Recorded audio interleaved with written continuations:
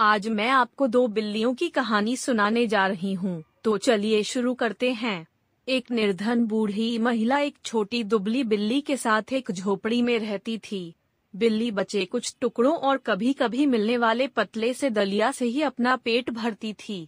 एक दिन सुबह दुबली बिल्ली ने सामने वाले मकान की दीवार के पास एक मोटी बिल्ली देखी। दुबली बिल्ली ने मोटी बिल्ली को आवाज लगाई, अरे सहेली, ऐसा लगता है कि तुम तो हर दिन दावत के मजे उड़ाती हो, मुझे भी बता दो तुम्हें इतना सारा खाना कहाँ से मिलता है।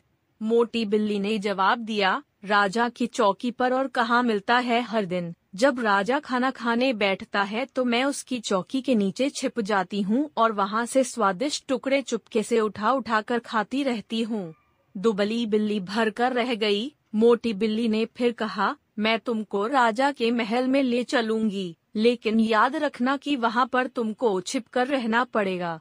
अरे वह धन्यवाद, दुबली बिल्ली बोली। बोलकर बिल्ली खुशी के मारे मैं हूँ चिल्लाने लगी और अपनी मालकिन को बताने चल पड़ी।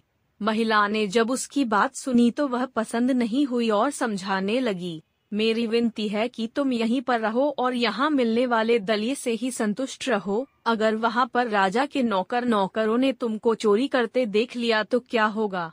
लेकिन दुबली बिल्लियाँ खुशी खुशी महल की ओर चल पड़ी। उधार एक दिन पहले ही राजा के भोजन कक्ष में बहुत सारी थी। इससे नाराज होकर राजा ने आदेश दिया था कि महल में घुसने वाली हर बिल्ली को वहीं मार दिया जाए।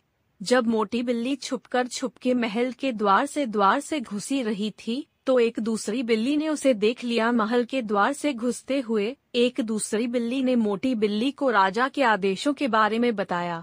उसकी बातों को सुनकर मोटी बिल्ली तत्काल वहां से भाग गई। उसी समय दुबली बिल्ली चुपके भोजन कक्ष तक पहुंच गई थी। उत्साहित होकर उसने एक रोशनीदान से अंदर घुसा और मछली का टुकड़ा उठाने वाली थी कि राजा के सेवकों ने उसे देख लिया और उसे वहीं मार डाला।